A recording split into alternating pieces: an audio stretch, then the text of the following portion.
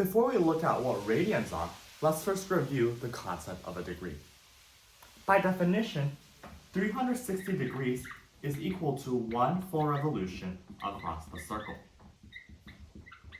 In other words, 1 degree would be equal to 1 over 360 of a revolution across a circle, which would be a really small angle.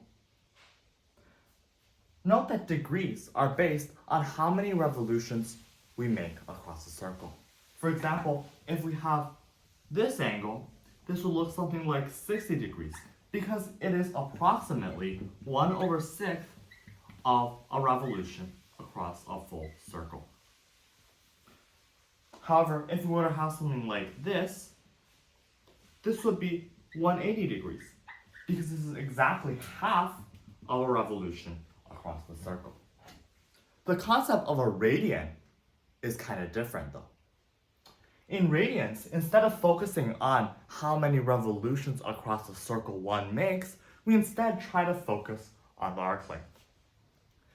Take this circle, for example. The definition of a radian is this. Let's say this arc length is equal to x from here to here. And let's say the radius is equal to r. The degree of the angle in radians would simply be equal to x over r. In other words, the 1 radian would be equal to traveling a distance of r in the circle with radius r. So this angle would be equal to 1 radian. Now, many textbooks or teachers simply ask you to remember that pi radians is equal to 180 degrees. But through our definition, we can kind of derive that. If we have pi radians in a circle that has radius r, we would have an arc length of how much? Well, we will have an arc length of pi multiplied by r. But the circumference of a circle is equal to 2 pi r, which means that this arc length would be half of a full circle. But what is that in degrees?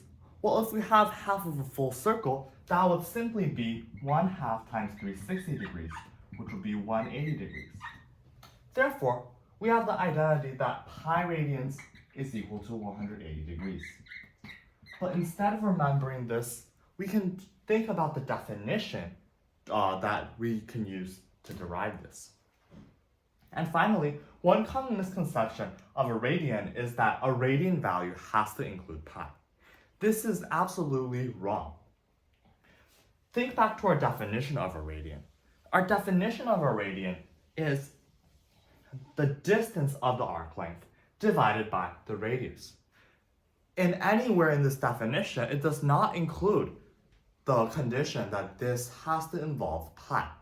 However, the frequent angles that we use, like 30 degrees, 60 degrees, and 90 degrees, the arc length can be easily found through our circumference formula of 2 pi r multiplied by this many degrees over 360.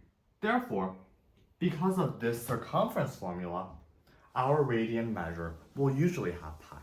However, it is still completely possible that you're given a problem that has a degree of 1 radian, 2 radian, or any other value that does not contain pi.